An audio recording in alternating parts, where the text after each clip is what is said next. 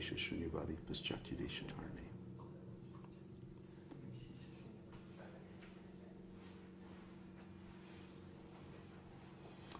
So you're sitting on the cord.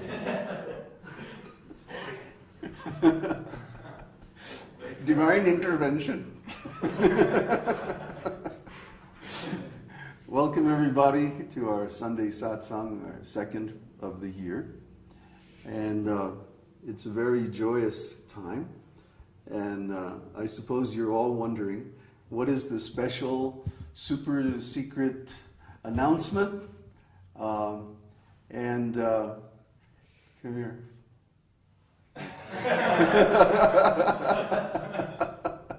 Guess who's here, everybody? It's Florian. Huh? Okay. Yeah, move the camera a little bit. Connor says hi. Connor. Hare Krishna. So you all know Florian from the forum, and he's a very astute student of the Esoteric Teaching, and he's come here all the way from Germany to be with us, to help us establish our preaching center. Krishna, Florida. Yeah, thank you very much for coming. Where did he get that outfit? That outfit. Well, I got it when I was here. We're giving Florian all the mercy that we can, because he's sacrificed everything, gave up his college degree and everything to come here and serve Krishna in our association. So we welcome him very warmly and thank you for coming. Jai. Yeah. Yeah. Jai Florida.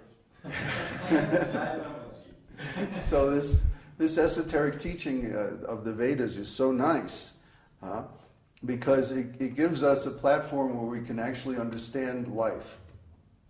And there's no other knowledge like this in the whole world. It gives us a way to remove our consciousness from contact with material energy. And that's the cause of all our suffering. When our consciousness is attached to material objects through the senses, then we suffer because these objects are fundamentally different quality than our self. Our self is spirit soul, eternal, fundamental, all-pervading, ever the same, indestructible, of the same quality as the Supreme Personality of Godhead, but just a very small quantity. So when our spirit soul is in touch with material objects, we suffer because these objects are temporary, they're imperfect, they're always changing, like the body is always changing from baby to youth to boyhood to adolescence to maturity to old age and finally to death. So because of these changes of the body, every time we try to get enjoyment from this body, actually we suffer. The so-called bodily enjoyment simply sets us up for a big fall. If we become attached to this body and the so-called pleasures of the body, then when the body is taken away at death, we suffer tremendously. So the best course, or the best way to live our life, is to not be attached to these bodily pleasures, so-called pleasures. Actually, they're just suffering. And to cultivate a sense of spiritual pleasure by relationship with the Supreme Personality of Godhead. Oh, the mic was moving? Yeah. So this is called devotional service. How's that? Devotional service is the actual yoga process because it's eternal. The difference between matter and spirit is that matter is temporary and changing, and spirit is eternal and always the same. So the yogis, the so-called yogis, they're doing some sadhana or some process of yoga, but then when they attain their goal, they give up their sadhana. Isn't it? Maybe they're, standing on their head for 3 hours a day, or I don't know what they do. But anyway, when they finally merge into the oneness of it all, then they give up their process of yoga. But devotional service isn't like that. Now we're chanting the holy name, dancing in ecstasy, relishing Krishna prasadam, and so on. And when we go to the spiritual world, we're still going to be doing these same things, chanting the holy name, dancing in ecstasy, relishing prasadam, and enjoying a beautiful relationship with Krishna. That's our goal. And that process, we can perform that process right now, right in our present situation, by simply adding the process of chanting, hearing, offering prasadam, and other devotional service activities to our present activities. We can perform this eternal process of devotional service right now in the present body. And that process will never end. It only gets better and better and better and better. So that's our path of devotional service, and we want to offer that to you. We want you to take this process and make it your own. Personalize it. Because your unique relationship with Krishna is different from everybody else's relationship with Krishna. It can't be learned from a book. It has to be learned by actual practical devotional service. And then Krishna reveals these things to us from within our hearts. Krishna is there in the heart as super soul. He's within us and without us also. He's the other, but he's also the self. It's hard to understand this philosophy in the beginning because it doesn't follow material logic, it follows spiritual logic. So this spiritual logic says that Krishna is one with and different from everything at the same time. It's hard to understand. Actually, it's inconceivable. That's why it's called Achintya Bheda Bheda Tattva. Achintya means inconceivable, beyond the power of the human mind to understand. And Bhed Abhed means the same and different.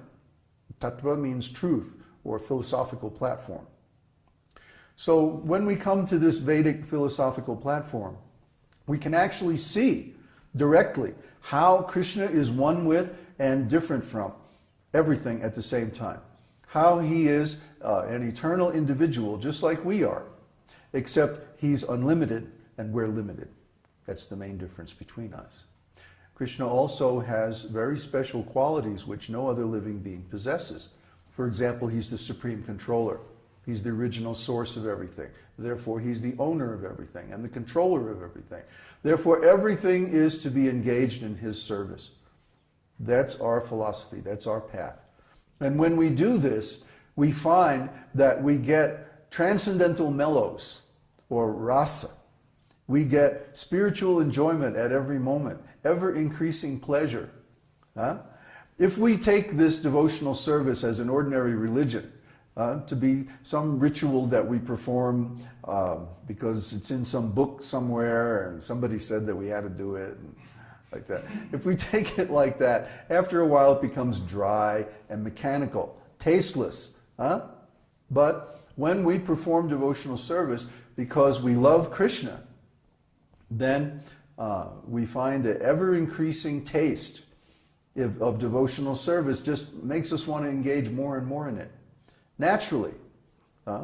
We don't have to follow a whole book full of rules. We just follow our natural love for Krishna, which is uncovered by this process of devotional service, cleansing the heart. Cheto darpana marjanam bhava mahadav agni nirvapanam. That when we chant the holy name of Krishna, this cleanses the mirror of the mind, and we can actually see Krishna. That is the end phenomenon. That is the actual symptom of devotional service when it is practiced actually, not just externally. In Vaidhi Bhakti, we practice devotional service externally. Get up at this time and go do this ritual, then say this mantra so many times and do this and do that. That's the beginning of devotional service. But the actual goal of devotional service is to uncover our latent, natural, original love of Krishna, our original relationship with Krishna. And when we do this, we find that we get tremendous rasa, we get tremendous enthusiasm for life, we get tremendous joy, because Krishna is with us every moment.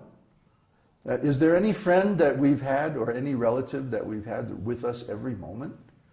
Who loves us unconditionally and unlimitedly every moment of our lives? No. It's not possible in the material world. But Krishna is within our heart, and He's actually operating this body, this mind. He says, I'm giving knowledge and forgetfulness, remembrance, and intelligence to all living beings. I'm maintaining and satisfying their desires at every moment. So when we realize this, and we stop taking credit for everything, then we become free from karma, because everything we do is of Krishna, for Krishna, by Krishna, with Krishna. And it's done in love. So when we live in that ocean of love, that ocean of rasa, the nectar of devotion, bhakti rasamrita sindhu, that beautiful ocean of